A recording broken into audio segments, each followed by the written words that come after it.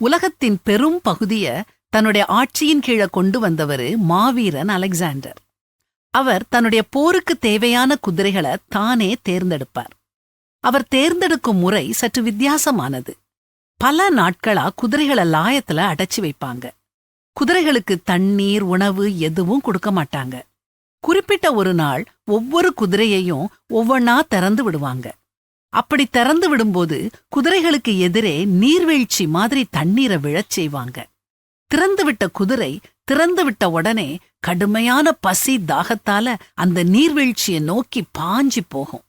அந்த நேரம் குதிரைய பழக்குகிற பயிற்சியாளர் அந்த குதிரைக்கு சைகை காண்பிக்கிறது மாதிரி ஒரு விசில் அடிப்பாரு.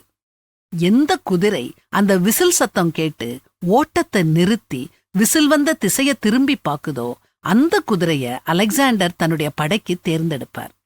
மற்ற குதிரைகள் மற்ற காரியங்களுக்கு அனுப்பி வைக்கப்படும்னு வரலாறு சொல்லுது.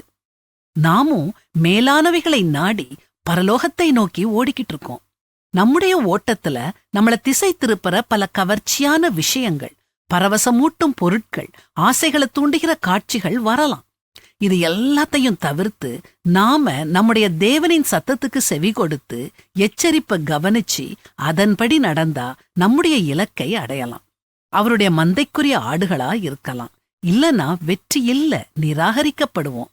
மண்ணுக்காக விண்ணை விட்டுவிட வேண்டாம், ஜாக்கிரதையா இருப்போம்.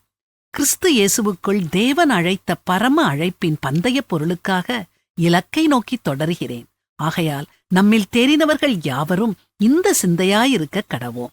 எந்த காரியத்திலாவது நீங்கள் வேறே சிந்தையாயிருந்தால் அதையும் தேவன் உங்களுக்கு வெளிப்படுத்துவார்.